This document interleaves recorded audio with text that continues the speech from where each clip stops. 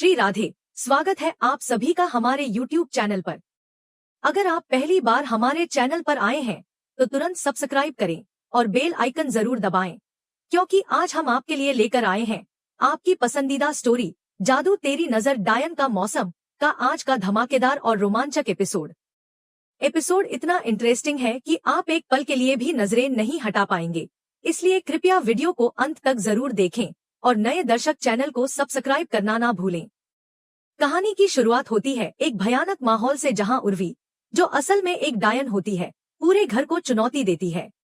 वह ऊंची आवाज में कहती है कि जो भी गोलू के पास है बाहर आ जाए, और नहीं तो वह खुद अंदर आ जाएगी। उसकी आवाज सुनकर घर में मौजूद हर शख्स डर के मारे कांपने लगता है। चाची जी, ताई जी और बाकी सब लोग धीरे धीरे अपने छिपने के स्थान से बाहर आने लगते हैं। उर्वी का चेहरा बेहद डरावना होता है और उसकी आवाज में ऐसी कशिश होती है कि सभी को मजबूरी में बाहर आना पड़ता है। सबसे पहले रश्मि चाची बाहर आती है और जैसे ही डायन उनका हाथ छूती है, वह कहती है, मैं रश्मि हूँ। डायन एक पल उन्हें देखती है और फिर कहती है, ठीक है, तुम जा सकती हो। उसके बाद चाचा जी आते हैं, उनका भी हाथ डायन छूती है और उन्हें भी जाने की अनुमति देती है। वह समझ चुकी होती है कि उनके पास गोलू नहीं है। फिर वीना जी धीरे धीरे चलती हुई आती है। डायन उन्हें देखकर कहती है, इतना धीरे क्यों चल रही हो। वह उनका भी हाथ छूती है और जाने के लिए कह देती है। धीरे धीरे बड़ी जीजी भी सामने आती है और डायन उन्हें भी पहचान कर बाहर जाने को कह देती है। फिर वह एकदम गुस्से में गौरी का नाम पुकारती है और कहती है, गौरी, मुझे पता है गोलू तुम्हारे पास है, जल्दी बाहर आओ, नहीं तो मैं खुद अंदर आ रही हूँ। गौरी उस समय गोलू को शांत कराने की कोशिश कर रही होती है, लेकिन गोलू तो शरारत करने में लगा होता है।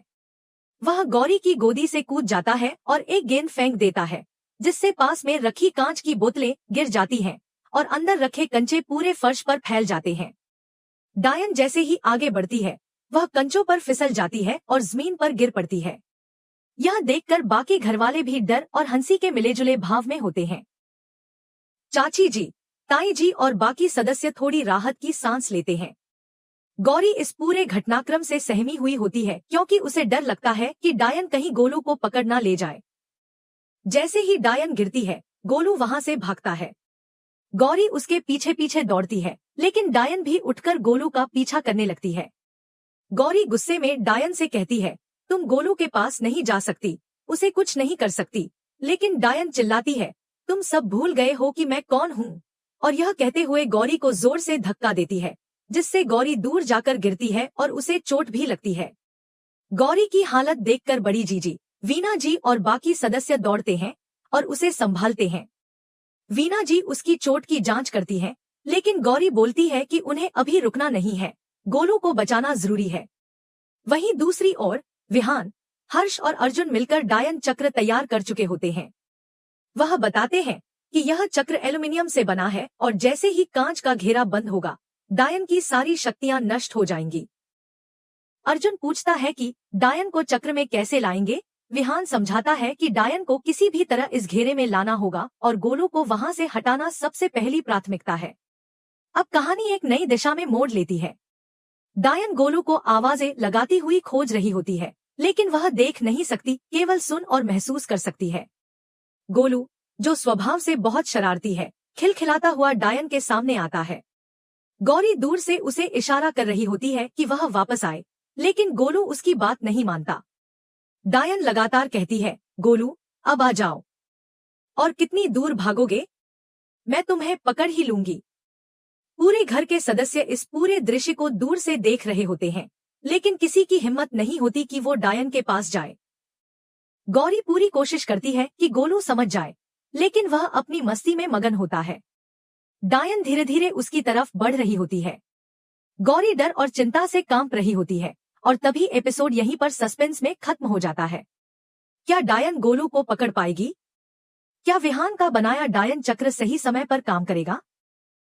जानने के लिए जुड़े रहिए हमारे चैनल के साथ और अगले एपिसोड का इंतजार कीजिए। गोलू मासूम सा मगर चालाक बच्चा था। जब वह अपने हाथों से तालियां बजाने लगा तो डायन को उसकी उपस्थिति का एहसास हो गया। उसकी आंखों में शरारत थी और होठों पर मुस्कान। डायन ने उसे देखकर हंसते हुए कहा, तू तो बड़ा चालाक निकला। अगर तू तालियां नहीं बजाता तो शायद मैं इन सब की जान ले लेती। गोलू हंसता रहा और जैसे ही वह जाने लगा, डायन ने उसे फिर से अपने पास बुलाया, लेकिन वह नहीं रुका। उसी समय विहान, हर्ष और अर्जुन वहां आ जाते हैं और गोलू को देखकर चौंक जाते हैं। वे तुरंत पूछते हैं, गोलू, तू यहाँ क्या कर रहा है? तेरी मम्मी कहाँ है? तभी उनकी नजर डायन पर पड़ती है, जो पीछे पीछे गोलू का पीछा करते हुए आ रही थी। सब लोग एक पल के लिए सन्न रह जाते हैं। डायन बोलती है, लगता है गोलू अपने पापा और चाचू से मिल चुका है। तो हे बॉयज, कैसे हो? यह सुनकर सब चुप हो जाते हैं। हर्ष और अर्जुन तुरंत गोलू को आवाज देते हैं, गोलू, इधर आ बेटा। लेकिन गोलू उनकी बात नहीं सुनता और तेजी से डायन चक्र की ओर बढ़ जाता है। जैसे ही वह उस ओर जाने लगता है, डायन एक जादुई वार करती है, जिससे तीनों विहान, हर्ष और अर्जुन वहीं के वहीं फ्रीज हो जाते हैं। उनके पैर जमीन में जड़ हो जाते हैं और वे हिल तक नहीं पाते। डायन उनकी ओर देखकर हंसती है और बोलती है, बाय बॉयज, और गोलू का पीछा करते हुए आगे बढ़ जाती है। गोलू अब डायन चक्र के भीतर पहुंच जाता है और डायन भी उसके पीछे पीछे उसी घेरे में दाखिल हो जाती है। चक्र में घुसते ही चारों ओर शीशों की दीवारें होती हैं, जिससे डायन भ्रमित हो जाती है। गोलू वहीं बैठा होता है, उसे समझ नहीं आता कि क्या हो रहा है, लेकिन वह चुपचाप सब कुछ देख रहा होता है। डायन चारों ओर देखती है, उंगलियां घुमाती है, लेकिन उसे कुछ स्पष्ट नहीं दिखता क्योंकि हर दिशा में शीशे हैं, जो उसकी दृष्टि और शक्तियों को भटका रहे होते हैं। इसी बीच गौरी भागती हुई वहां पहुंचती है और देखती है कि विहान, हर्ष और अर्जुन सब जगह जमे हुए खड़े हैं। वह दौड़कर आती है और गंगाजल छिड़कती है, जिससे तीनों फ्री हो जाते हैं। विहान तुरंत कहता है, गौरी, हमें गोलू को बचाना होगा, वो चक्र के अंदर जा चुका है। गौरी भी सहम जाती है और कहती है, अगर डायन ने अपनी शक्तियां वहां इस्तेमाल कर दी तो गोलू को खतरा हो सकता है। सभी घरवाले घबरा जाते हैं और दौड़ पड़ते हैं गोलू को बचाने। अब कहानी और भी गहराई में जाती है। डायन शीशों के बीच खड़ी होकर गोलू को देख रही होती है और बोलती है, तू जानता है ना, तेरे पास कितनी शक्ति है? तू किसी को भी राख बना सकता है। मैं तुझे थोड़ा सा दिखाऊं, देखो। लेकिन शीशों के कारण वह तय नहीं कर पाती कि किस दिशा में वार करे। उधर गोलू उसकी हरकतों को चुपचाप देख रहा होता है। पीछे से पूरे परिवार के लोग पहुंचते हैं।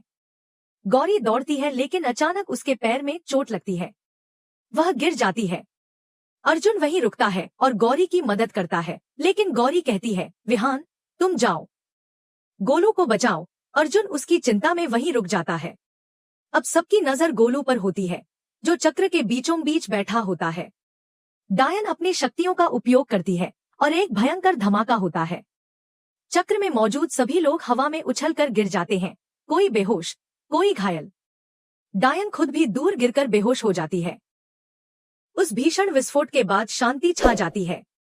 केवल गोलू चक्र के अंदर बैठा होता है। तभी एक धुंधली सी आवाज गौरी के कानों में गूंजती है। वह और अर्जुन दौड़ते हुए अंदर आते हैं और देखते हैं चारों तरफ लोग गिरे पड़े हैं, बेहोश, बेजान से। गौरी भागकर गोलू को अपनी गोद में उठा लेती है और रोती हुई पूछती है, तू ठीक है ना गोलू? गोलू उसकी गोद में सर छिपा लेता है। पूरा दृश्य ऐसा होता है जैसे किसी युद्ध के बाद मैदान में सिर्फ शून्यता बची हो। गौरी गोलू को सीने से लगाए रो रही होती है। आसपास सबके चेहरे पीले पड़ चुके होते हैं, कोई कुछ नहीं बोल रहा होता। यह दृश्य परिवार के लिए बेहद झकझोर देने वाला होता है। सबको लगने लगता है कि डायन की शक्ति अभी भी कहीं न कहीं बाकी है और यह युद्ध अभी पूरी तरह खत्म नहीं हुआ है। और फिर आज का एपिसोड यहीं पर समाप्त होता है। अगले एपिसोड में दिखाया जाएगा कि नानी माँ एक बड़ा फैसला लेती है। वो विहान और गौरी के दिमाग से गोलू की यादें मिटा देती है। मगर कहानी यहीं खत्म नहीं होती, क्योंकि गोलू अब भी गौरी को पहचानता है। लेकिन क्या गौरी उसे पहचान पाएगी? क्या एक माँ और बेटे का रिश्ता यादों के बिना भी कायम रह पाएगा? जानने के लिए देखना न भूलें जादू तेरी नजर डायन का मौसम का अगला एपिसोड। अगर आपको ये एपिसोड पसंद आया हो तो वीडियो को लाइक और शेयर करें। चैनल को सब्सक्राइब करना ना भूलें। जय श्री राधे।